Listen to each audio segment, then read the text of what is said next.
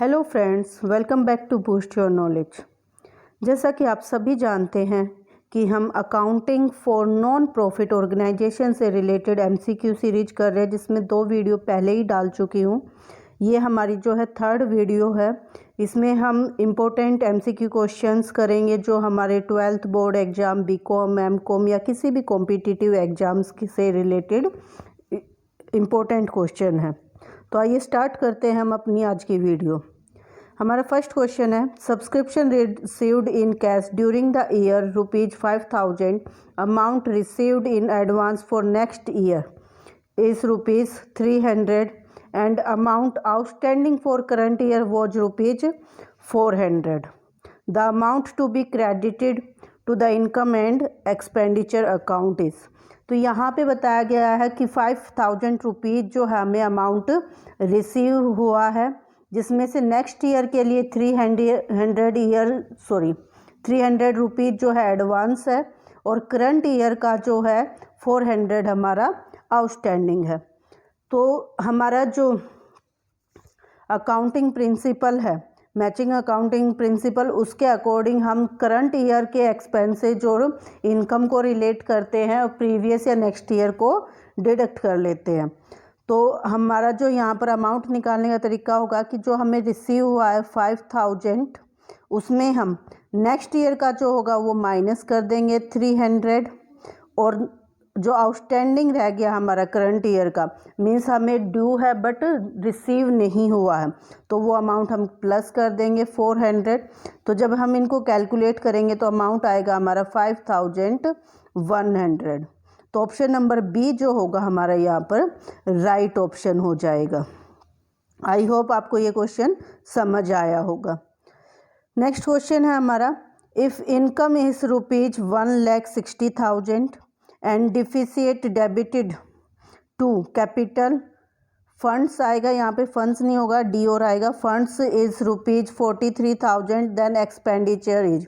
अगर हम income and expenditure account की बात करते हैं तो उसके क्रेडिट में हम इनकम शो करते हैं, डेबिट में जो हम एक्सपेंडिचर शो करते हैं, और फिर दोनों की बैलेंसिंग करके हम जो है बैलेंस निकालते हैं। अगर डिफिसिट आए इसका मतलब क्या, हमारा डेबिट साइड ज़्यादा है, डेबिट साइड ज़्यादा है मीन्स एक्सपेंडिचर हमारे क्या हैं, ज़्यादा है। तो डिफिसिट में अगर हम इनकम प्लस कर देते हैं मीन्स 1,60,000 प्लस 43,000, तो हमारे जो क्या बन जाएंगे, एक्सपेंडिचर आ जाएंगे। तो अगर इनका टोटल करते तो अमाउंट आ रहा है हमारा 2,03,000। तो ऑप्शन नंबर डी जो होगा हमारे यहाँ पर राइट ऑप्शन हो जाएगा। नेक्स्ट क्वेश्चन है हमारा, balance of income and expenditure account show.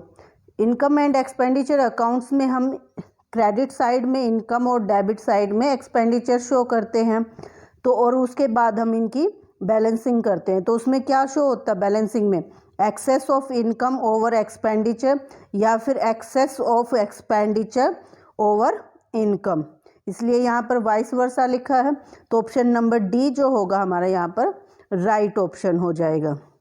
Endowment fund should be treated as, जितने भी हमारे फंड्स होते हैं वो सारे हमारे जो होते हैं नॉन प्रॉफिट ऑर्गेनाइजेशन के लिए लाइबिलिटी का काम करते हैं। तो ऑप्शन नंबर ए जो होगा हमारा यहाँ पर राइट ऑप्शन हो जाएगा। नेक्स्ट है हमारा, for non profit not for profit organisation honorarium इस। होनोरियम जो होता है एक सैलरी की तरह होता है, जो जैसे मैनेजर अपॉइंट किया है, सेक्रेटरी अपॉइंट किया है, तो उनको जो है काम के बदले में जो दिया जाता है तो उसको सैलरी ना बोलकर होनोरियम बोलते हैं नॉट फॉर प्रॉफिट ऑर्गेनाइजेशन में। और वो क्या हो जाएगा, एक तरह का खर्चा हो जाएगा और रेगुलर नेचर का होता है, इसलिए वो रिवेन्यू एक्सपेंडिचर के अंदर आता है। तो ऑप्शन नंबर बी जो होगा यहाँ पर हमारा राइट ऑप्शन हो जाएगा। नेक्स्ट है हमारा, receipt and payment account is a nominal account, true और फॉल्स। तो ये हमारा जो रिसिप्ट और पेमेंट अकाउंट है हमारा, उसमें हम क्या शो करते हैं कि हमने कितना कैश कहाँ से रिसीव किया है और कितनी पेमेंट हमने की है। तो वो नॉमिनल अकाउंट ना होकर हमारा एसेट्स अकाउंट होता है, इसलिए ये क्या हो जाएगा हमारा फॉल्स हो जाएगा। नेक्स्ट है हमारा, income and expenditure account is जहाँ पर भी हम इनकम या एक्सपेंडिचर से रिलेटेड कुछ भी शो करते हैं तो वो सब चीज़ें हमारी किस में आती हैं, नॉमिनल अकाउंट में आती हैं। पर्सनल अकाउंट में हमारे पर्सन्स, कंपनी के नाम या आर्टिफिशियल पर्सन्स हैं या रिप्रेजेंटेटिव हैं, उनमें वो आते हैं, तो पर्सनल नहीं होगा। ये हमारा रियल में हमारी एसेट्स आती हैं, ये भी नहीं होगा। इनकम एंड एक्सपेंडिचर हमारे कहाँ से होते हैं, नॉमिनल अकाउंट में। तो ऑप्शन नंबर सी जो होगा हमारा यहाँ पर राइट ऑप्शन हो जाएगा। नेक्स्ट हमारा which of the following is not for profit organisation. इनमें से कौन जो है हमारा नॉट फॉर प्रॉफिट ऑर्गेनाइजेशन है, नहीं है, पूछा गया है। तो नॉट फॉर प्रॉफिट ऑर्गेनाइजेशन वो होते हैं जिनका जो मेन मोटिव प्रॉफिट अर्निंग ना होकर किसी भी तरह का वेलफेयर होता है सोसाइटी में। तो कॉलेज का जैसे एजुकेशन प्रोवाइड करना है मेन जो ऑब्जेक्टिव होगा, स्पोर्ट्स क्लब में हेल्थ से रिलेटेड हो जाएगा, हॉस्पिटल जो है हमारा हेल्थ से चला जाएगा। इनका किसी का भी जो है प्रॉफिट मोटिव नहीं होता है, जबकि बैंक जो होते हैं हमारे वो प्रॉफिट अर्निंग मोटिव से ओपन किए जाते हैं। तो ऑप्शन नंबर सी जो होगा यहाँ पर हमारा राइट ऑप्शन हो जाएगा।